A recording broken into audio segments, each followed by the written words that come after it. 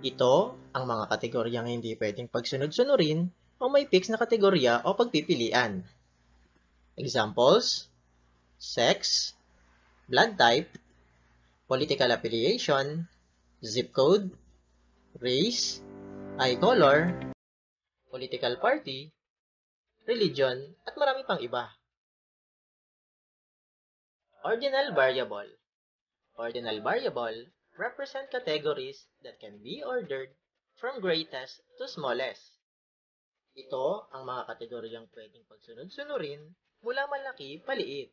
Examples: grade level, satisfaction rating, socioeconomic status, rank. Interval variable. Interval variable have values that lies along an evenly dispersed range of numbers. Ito ang mga kategoryang may fixed na pagitan o may range na sinusunod. Examples: employees' net worth, pH level, body temperature, SAT score. Ratio variable. Ratio variable have variables that lie along the evenly dispersed range of numbers when there is an absolute zero. It possesses the properties of the interval variable and has a clear definition of zero. Ito ang mga kategoryang pasok sa value from 0 to infinity. Pwedeng may decimal point o wala, basta pasok sa 0 and above na value. Examples: dose amount, concentration, reaction rate, flow rate, distance, pulse rate, weight, length, at marami pang iba.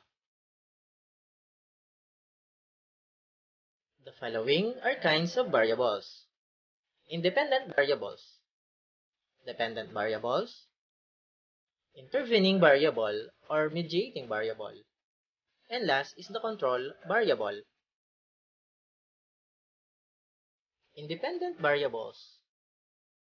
Independent variables, those that probably cause, influence, or affect outcomes. They are invariably called treatment, manipulated, antecedent, or predictor variables. Ito ang mga maaaring maging sanhi, makaka-impluwensya, o nakaka-apekto sa mga maaaring kalabasan ng ating research. Dependent variables. Dependent variables, those that depend on the independent variables. They are the outcomes or results on the influence of the independent variable. Ito ang mga kinalabasan o mga resulta sa impluensya o naapektuhan ng ating independent variable. Intervening variable or mediating variable. Intervening variable or mediating variable stand between the independent and the dependent variables, and they show the effects of the independent variable on the dependent variable.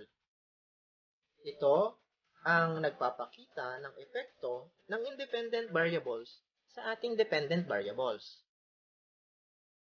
Here are examples showing three kinds of variables. Example research. A teacher-researcher is studying the effect of cooperative learning activities towards the academic achievement in science. The independent variable here is the cooperative learning. Dependent variable is the academic achievement of a student in science. And the intervening variables is the student rate. Is the student either extrovert or introvert? Example number 2. A study on the relationship of parental support and academic performance of senior high school students in Nara National High School. The independent variable is the parental support.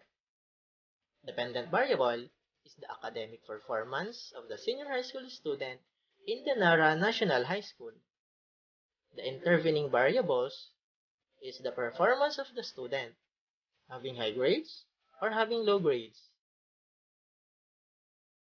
Control variable. Control variable.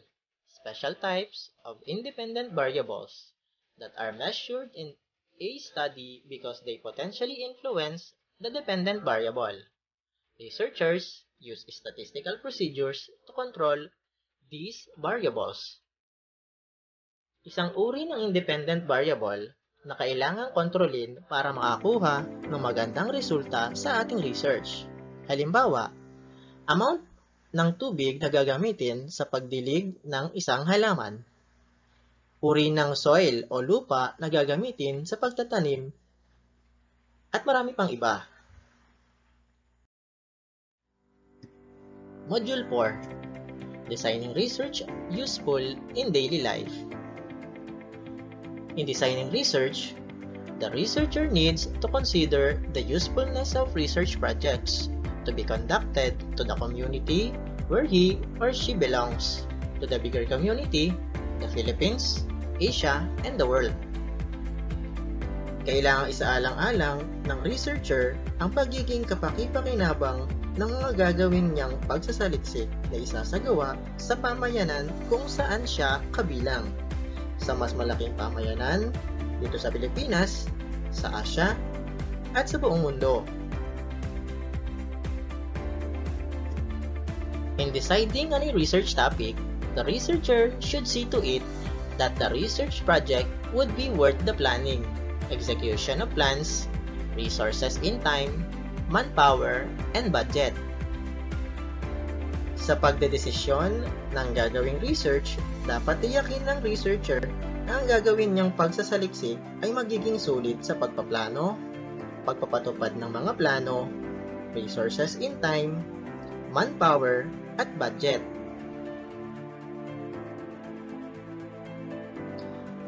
Research is closely connected with development. The results or findings of studies also affect society and the lives of each one of us. Research is very vital to our everyday decision-making. Ang mga resulta ng mga pag-aaral ay nakakapekto rin sa lipunan at sa buhay ng bawat isa sa atin. Napakahalaga ng pananaliksik sa ating pang-araw-araw na paggawa ng desisyon. Kaya naman, ang pananaliksik ay konektado sa ikauunlad ng ating lipunan, pamumuhay, at pansariling kakayanan. That's all for today. Thank you for listening. This has been Sir O. Kita-kits ulit tayo next week.